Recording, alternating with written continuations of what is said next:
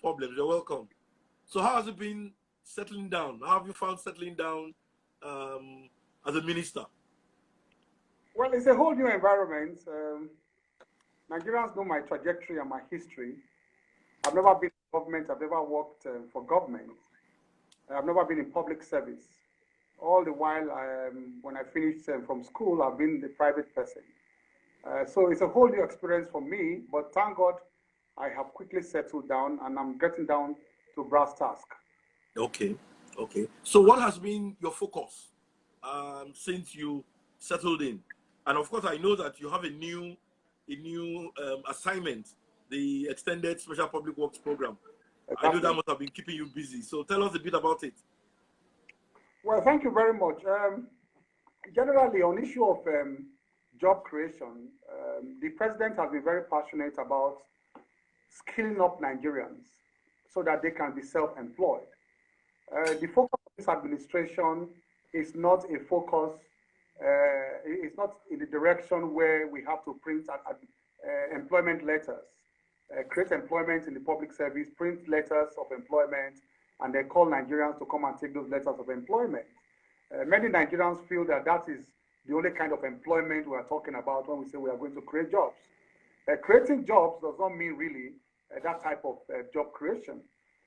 Our focus is to ensure that Nigerians acquire enough skills to set up macro, small, and medium-scale enterprises themselves, and so they can become self-reliant entrepreneurs themselves. So that has been the focus of this administration. But however, coming to the extended public works, let me tell you a bit about it. The aim of this program is that this administration is seeking to reach the very, very bottom of society. Okay. The very bottom of society are the very unskilled labor, those who do not have skills, those who are unemployed, who cannot cater for themselves, who don't have, who go around every day with shovels, with diggers, with bare hands. They are just looking for daily fee to do some manual job. And I'm sure you know that they carry blocks, they carry concrete, they carry sand, they carry granite, and we have a lot of them like that, with in the country, and they are adding to the unemployment, index. So the problem with our people, when I see a lot of the criticisms about this program, people keep talking about graduates as unemployed people. For Christ's sake, these people are a vital part of the economy. In fact, without them, in most cases, the world of construction will not happen. They are a vital part of the world of construction. People who do manual labor. So the president, being a very pro-poor president, he's a father of all, but he's extremely concerned about those who are very poor. Look, listen, if you are skilled, and a plumber, you are a tailor, you are a carpenter, in a way you can fend for yourself. But on skilled labor, you don't know the torture they go through. So for the first time in the history of Nigeria, the president wants to engage them in a massive way. And the president said we should go and seek out those people. They are not going to be 100% in terms of engagement, but they are going to take substantial parts of the engagement. The president said we should employ 1,000 of them. That's a huge number. 1,000. 774 local governments. We should engage them in special public works. And then in the first instance, we are going to engage them for 3 months, between October and December this year. Why that period? Because that is the dry season. And most of these outdoor activities that people do, construction, public works, they are normally done during the dry season. You don't want a situation where they are working during the rainy season, the rains will come and will drive them away from doing those things. So the federal government said, look, we can use one stone to kill 10 birds. There are a lot of public infrastructure that we need to maintain. Schools, drainages, irrigation paths, even, farmyards and land plantations. And they get the Great Green Wall, what they call the Great Green Wall.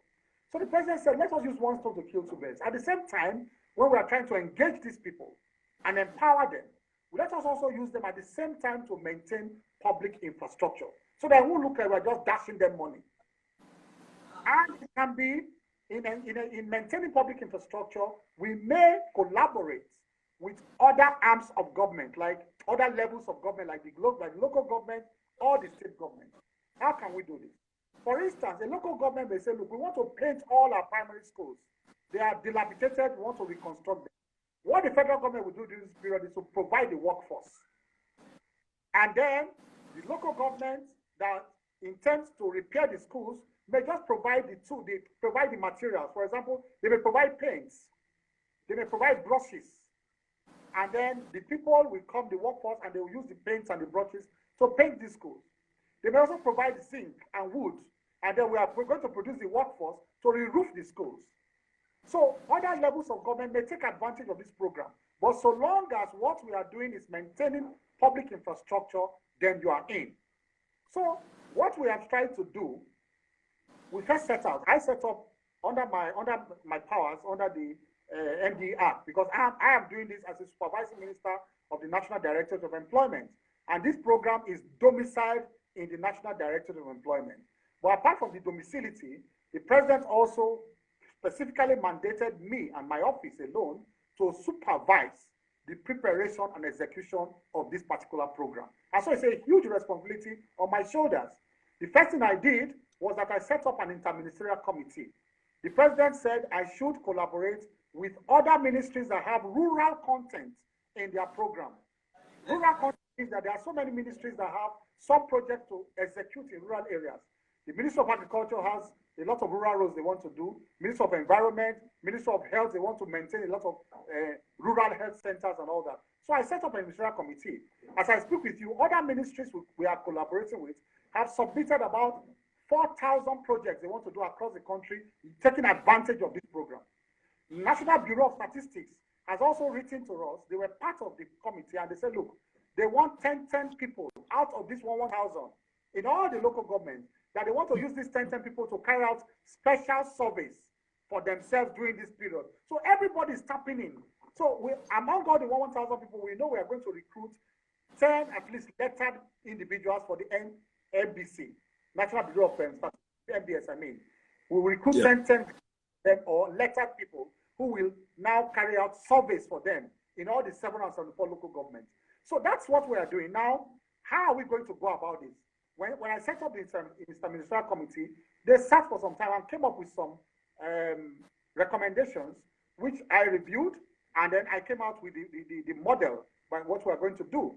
Now, what we want to do is to ensure that we make the selection of the personnel and the project a local affair. I cannot sit down here in Abuja and begin to select 704,000 Nigerians. That's impossible. So what did I do? I am in the process of setting up a 20-man selection committee in all the states of the Federation. 20-man selection committee. People who are indigenous to that state or who are ordinary residents in that state, who understand the state and the politics of that state enough. This 20-man committee, they will soon take off in each state, and they will forward to my office all the 1,000 names from each of the local governments, and they will also select the projects they want to do in those local governments. Because every local government has its own peculiarities. They know the project, they know what they want to do. So that committee is also saddled with the responsibility of picking these projects that we want to execute during the dry season. But then, the fee, just to quickly take you back to how much we pay them, the president said in the first instance, we should pay them 60,000 on the whole. That's 20,000 per month. And if you know skilled labor at that level, that is huge for them. Many of them have wives who have small shops. Even the women themselves who are going to be engaged, they have small trades up and down that they do. So 60,000 will energize their trades. Those who have shops at the market, they will buy more tomatoes, more goods and all that to sell. And then wait for the next dry season, because the president may make this an annual affair. It is a program that was also adopted by Bangladesh, by China, by India, and most of those Asian countries to lift themselves out of poverty. It helps a lot to lift the country out of the poverty index. So the president has decided that we should integrate it into our own economy and see how much we lift the economy at that, at that lowest level. So they'll be paid. And then another exit strategy is that the president may also migrate them into some huge agricultural program for the country. Very huge. So we have a lot of exit strategies, but we want to see how this goes first. The president is very determined to make this work. And I feel that weight on my shoulders that the president has entrusted me with this, and I want to ensure that it works. I want to make the president and Nigerians proud of this program. And that is why I try to make the committee a very bipartisan committee. I have said there will be a chairman, a vice chairman. You have the president, the president of CAN, or the chairman of CAN in that state, Christian Association of Nigeria, will be a member of the committee. The chairman of the Nigerian Supreme Council of Islamic Affairs will be a member of the committee in that state. The market leader in that state will be a member of the committee. You have the president of the National Union of Road Transport Workers. You have youths representing different senatorial districts, two, a male and female, representing different senatorial districts in that. So it's going to be a youth program, basically. The only thing I'm going to appeal to the selection committees is that they should give women, so that women will not cut my neck. They should give them more chance in this program. I know women can manage money more. Some men with this money, they are the caregivers. Women are the caregivers. They provide for the family. So I'm only going to appeal to them. I'm not going to impose it upon them, that they should try and return a ratio of more women than men when picking these 1,000 persons in all the local governments. So that's what we are set to do, Shayed. Okay. I'm praying for strength, praying for your guidance too and your strength for me to do this, but we are set to do this, and I have a wonderful team I'm working with. Okay. So you're looking for 1,100? We're looking for 774,000 Nigerians. Oh, 700, that's huge. That's really huge. I understand. It's not 100. We are looking for 1,000 persons per local government. Every local government, 1,000. It's going to be one of the biggest engagements this government would ever, any government in history has done at that level, and within a short time. It's going to be one of the biggest ever. And that means the president is determined to fight this scourge called poverty at that level before he leaves. Many people will scorn at this and say, oh, what do you mean by that? So you want to fight poverty by giving 60,000? They don't understand. I saw some clips somewhere where some charity givers, they go around every day and they call people who carry wares, all these women who carry wares up and down. And some of them, they will call them and they will ask them, this whole basin you are carrying, how much is it? And some of them will say 1,000 naira, 2,000 naira. And they will trek from morning till evening with a whole basin of oranges, not up to 1,000 naira on their heads. And I've seen people bring out money to say, look, take 5,000. I want to buy the whole of this basin. And the people will collapse on the ground crying and praying for them. Then you now talk of somebody who wants to give those kind of people 60,000 naira in 3 months. 3 months, ready money, and then put them in a database of unemployed persons, because we're also using this program to create a database for the federal government of unemployed persons at that level. We came to office, we didn't make a credible database of this kind of people. Meanwhile, you see the opposition abusing us and telling us that, look at what we are doing. Is it now you are doing this, or is it not? Where was the database? There was no such database. But we are engaging banks. Guess what I did, Shay? I wrote to the president and specifically asked for 2 specific mandates, and he granted me. I said I want to engage specialized banks to drive this program. And why am I engaging specialized banks? Because I want to have an agreement with them to help us register these 1,000 persons per local government. Imagine what it will cost the federal government to deploy staff to the whole of the 774 local governments to start registering 1,000 persons. So we want to use the banks to register them for us, get their BVN, get their details. So the banks are going to also perform this duty for us in exchange of our giving them these accounts. So we told the beneficiaries, the 1,000 beneficiaries, they are going to report at the local branches of certain banks, register them, get their names, get their details, get their BVN. At the end of the day, after registering 1,000, the banks have agreed to share the data with us because it's our data. They will give the data back to us for us to now take to the CBN and the Accountant General of the Federation to pay. So we are now creating a database at that level. The federal government next year will not bother to look for those people again. They know them. We can only add to the database. They know them already. In such times like pandemic, this last pandemic, when we're trying to distribute like palliatives to the grassroots. The federal government can use that kind of database and give them money, give them 5,000, so that the federal government will know that within a twinkle of an eye, you can reach 774,000 unemployed Nigerians. So we are also using this program to gather data at that level. It's a huge, so people should understand that it is a multifaceted program. The criticisms are not justified. If they had not taken care of this kind of people before, then they should not criticize a government who is now thinking of this type of people at the grassroots. Yes, I've seen that a lot of people have like criticized you and all that. You've taken you on and you've been responding to their criticism. I have my vision, I have my mandate, and I'm clear and set on what I want to do. Okay. Okay. Let's talk about the picture you painted now of the unemployment situation. How bad is it? How bad is the unemployment index? I can tell you that it is not good enough. I can be very clear about that. The only thing I said a few days ago that people did not understand is that given the circumstance we found ourselves, given what we met on the ground, perhaps with that kind of bad situation we met, the projections that were projected to say, look, we will not do anything at all with that kind of situation, we outperformed those projections. But of course, we did not meet the expectations. We have not met the expectations of Nigeria. I'm very clear about that. We've not met the expectations of Nigerians because it is tough to meet those expectations because of the various impediments we met on the ground. And we are working on those impediments. The point I've always made is that it's not that we have not created jobs.